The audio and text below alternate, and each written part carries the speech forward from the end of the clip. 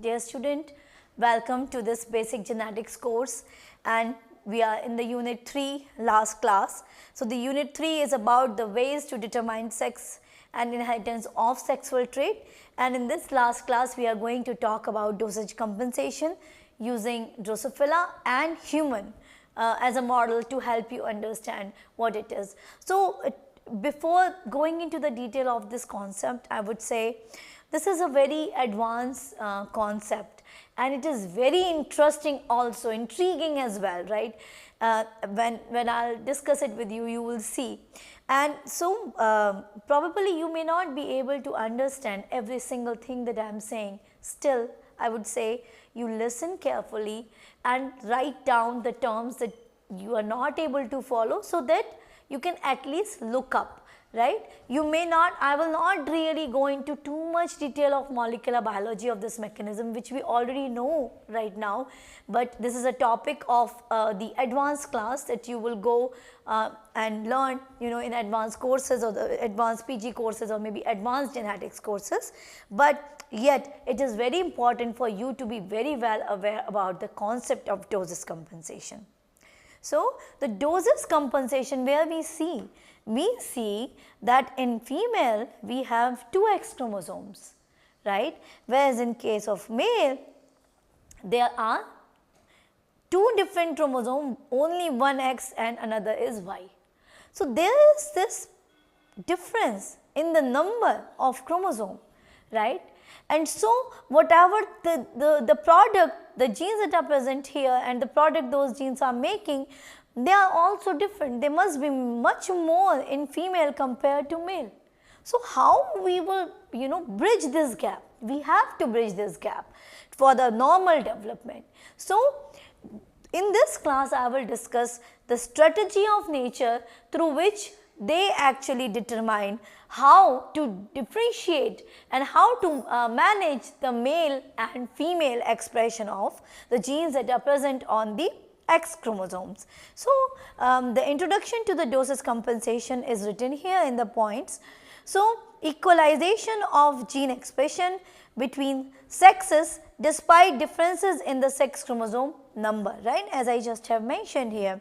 And the importance of this concept is it prevents gene dosage imbalance for the X-linked genes, as I just have mentioned here. So, there are major 2 or 3 strategies, and we will be discussing 2 of them in bit detail here. So, the dosage compensation in animal whose sex is determined by sex chromosome, of course, because if it is environmentally determined, we have the same genes in case of both male and female. There has to be some mechanism which is actually regulating the amount of X chromosome gene expression in male and female. So, the strategies are like X chromosome inactivation, and another strategy is X chromosome hyperactivation and partial repression of both the X chromosome. So, we will go to each strategy one by one. In X chromosome inactivation, what do we see? We see that out of the 2 X chromosome, one of the X got inactivated. So, then you have the same number of X chromosome in male as well as female. Male also have 1 X chromosome, and here out of the 2, one of the X becomes inactivated. This is the thing that we see in case of human, right. In case of Drosophila, they adapt another strategy. What they do? They hyperactivate. So, they have X and Y, 1 X chromosome. Instead of female reducing the activity of 1 X chromosome, male increases the activity of X chromosome. So, the male X chromosome in case of Drosophila becomes hyperactive, whereas in case of C. elegans, which is a hermaphrodite, right. So, they have XO males and XX females. What they do is they partially inactivate both the X chromosome so that they can match with the X activity in case of XO animal. So, historically it is very interesting. Mary Leon in 1961 discovered the process of X inactivation in mammals. She was using mice for her experimental model. She discovered the bar body in female nuclei. So, what happens is that if this is a cell and here is a nucleus, in the nucleus you will have DNA which you would faintly see like with a stain everywhere, but at one place in the nucleus you will see a very darkly stained area, and that darkly stained area in the nucleus is identified as bar body, right, and this bar body is designated by inactive X chromosome. We will talk about it in a minute. So, female XX have double the number of X-linked gene compared to XY males, and this dose compensation means inactivation of one X chromosome actually balances this problem. So, initiated early in embryonic development, this process starts. So, this actually happens not right after the fertilization, but after some time into the fertilization, the X chromosome inactivation starts at a given time. So, inactivation is random irrespective of the parental or maternal origin of the X chromosome.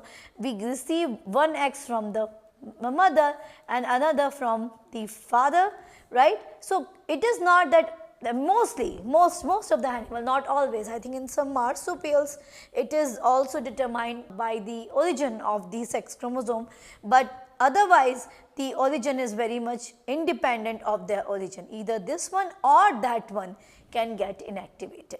And the one important thing you will study eventually about many syndromes where many more X chromosomes are present in many syndromes in case of human being. So, what has seen that number of chromosomes that get inactivated, right, is n minus 1. So, n minus 1 is the total, n is the total number of X chromosome minus 1, or the X other than that chromosome get inactivated. So, if somebody is having 3 X chromosome, n minus 1 will be 2. So, out of 3, 2 will be bar body, and people do see more than one bar body in the nucleus, and it shows that more than one X chromosome get inactivated if there are more X chromosomes present in the nucleus.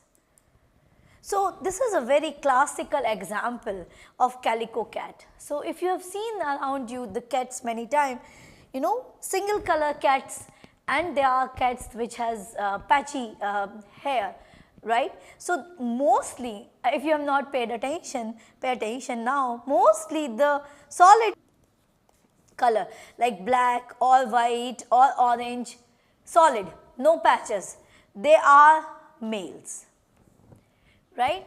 Whereas all these patches, as this cat is, this kind of patches where you will see black, where you will see orange, and you are also seeing white, these kind of colors you will see only in case of female. Why? Because the color gene that determines the coat color is present on X chromosome. So, this black and orange, these color genes, these genes that produce these colors, these genes are present on X chromosome, and what happens? Very interesting that if in a female you have X black and X orange, right, and then these cells start dividing, right, X orange and X black, same way X orange, orange X black, like I am just very roughly maintaining these things. So, what happens? In some cell O become inactivated, in another B become inactivated, and these cells when they make their progeny, right, when they divide and make their progeny, the same X chromosome is inactivated in those progeny cell too. So, that is why you were seeing that this whole thing around here is of one color. They are likely to be progeny of one skin cell where probably the black got inactivated, right. Whereas here where you are seeing the black color here in the cat, maybe the X orange got inactivated, right. And white is an autosomal gene. I am not going to discuss that here.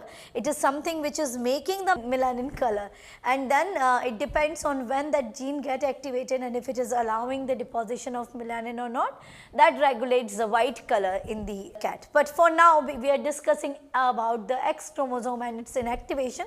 So for now forget about the white thing, just focus on the black and orange. And I would say now notice around you if you see these kind of calico cats with the patches.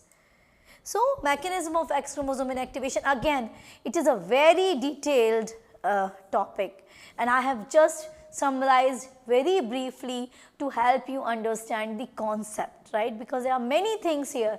There are a lot of epigenetics, there are non-coding RNAs, there are gene regulations. So it is a high-end concept that you will understand when you have a good understanding about these topics, as well as how the genes and proteins interact with each other. So just for the fundamental understanding how X chromosome happens in human, remember this is the XIST, X inactive specific transcript gene, which express from the inactive S. So this is important. It is the chromosome which is going to get inactive. It has this active gene which is making us some specific transcript that code this whole X in such a way that it gets inactivated, right. So this gene actually codes a non-coding RNA.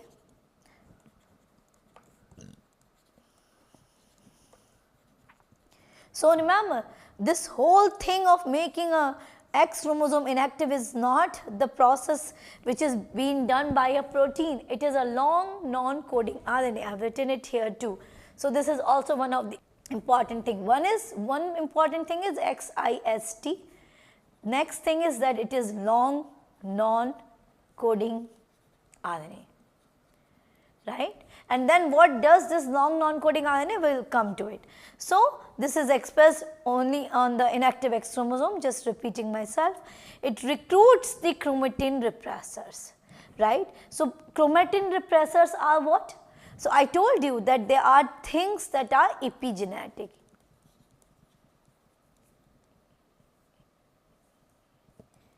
Right. So we learn in this whole course about the things that are very much genetic, means the things that are affecting genes. Some mutations they are affecting genes, some mutations are affecting gene promoters, and that is how we saw change in the gene expression or change in the protein composition or folding or its functional nature and so on and so forth. But there is a defect underlying in the gene expression or functioning of the protein.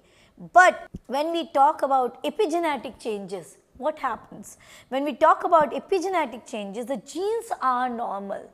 No changes really in the gene. It is the way they are being accessed, right. So as I just briefly mentioned that if the gene is present, but the DNA is so compact that you cannot access it, then how will you translate it or transcribe it, right. So you won't be able to make the RNA out of it, and then the protein will also not be made because it is very compact. So that is one way, and there are so many genes that make the chromatin more compact, or there are genes that loosen these chromatin, right. There are genes that like methylation, they just inactivate, they just flag the gene that no, you don't need to transcribe, right. So there are many different methods that come that are under the part of epigenetic gene regulation, and they actually regulate how the genes should function. So this is another layer, right. So mutation and all these things, as I just mentioned, is one layer of regulating the gene, and epigenetic regulation is another layer. So what you are seeing here is that this non-coding RNA is recruiting the chromatin repressors. So these chromatin repressors like PRC2 and histone deacetylase, many times acetylation of histone allow them to do the function, and deacetylation of the histone do not allow them to do certain specific function. So, this gene which is responsible for inactivating X chromosome, it is recruiting chromatin repressors so that the genes on the X chromosomes become non-functional, right. So, this whole process lead to the heterochromatin formation and gene silencing, and another way that genes are getting silenced is CpG island methylation. So, that is how this whole X chromosome become inactivated. They also incorporate this macro H2A. These are the histones, you know that they are histone 1, H2A, H2B, right. So, there are different types of histone. So, this is one of the variant of histone, and incorporation of this histone variant also make chromatin more silent, right. So, these condensation make the gene silencing, and then when the chromosome is so silenced and tightly packed, you can see it as a dark body at the corner of the nucleus somewhere, right. These dark bodies, they are called as bar bodies. But some genes on the X chromosome, do remember, because sometimes that is a question that people ask, that there is on the X chromosome, actually there is a region that can pair with the Y chromosome. So, that region which can pair with the Y chromosome is called as pseudo-autosomal region, and in this pseudo-autosomal region, the genes, they also escape the silencing. So, in that case you would see more expression of these genes that are present in pseudo-autosomal regions of X chromosome. In case of Drosophila, how the dosage compensation happen? I already told you that here the male X got hyperactivated, right, and this is being done by male specific lethal complex. Male specific lethal complex actually help the activation of male X chromosome twofold, and this male MSL complex, which is a protein itself, it is a protein, it also interacts with non-coding RNA, which are ROX1 and ROX2. So, MSL1 and MSL2 recognize and bind to high affinity sites on the chromosomes, on the X chromosome, and ROX RNA are incorporated into these complexes.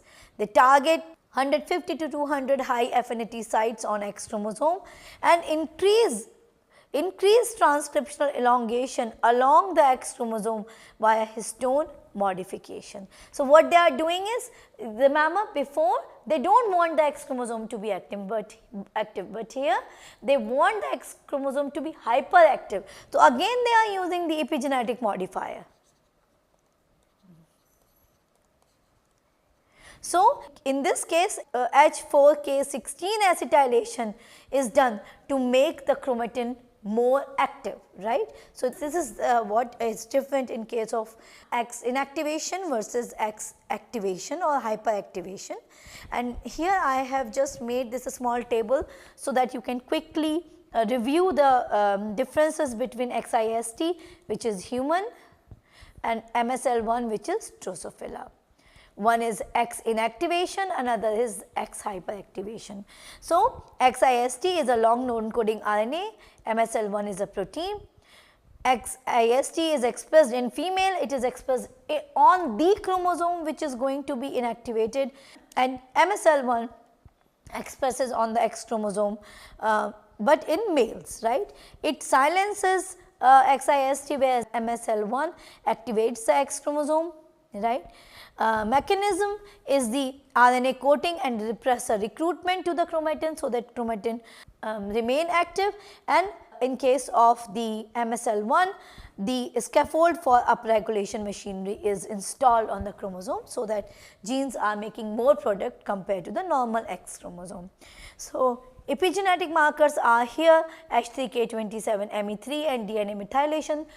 Both of them actually make chromosome less and less accessible for the regulatory protein to express the relevant genes, whereas in case of hyperactivation H4K16 acetylation marks are being installed on the DNA, so that genes become more active.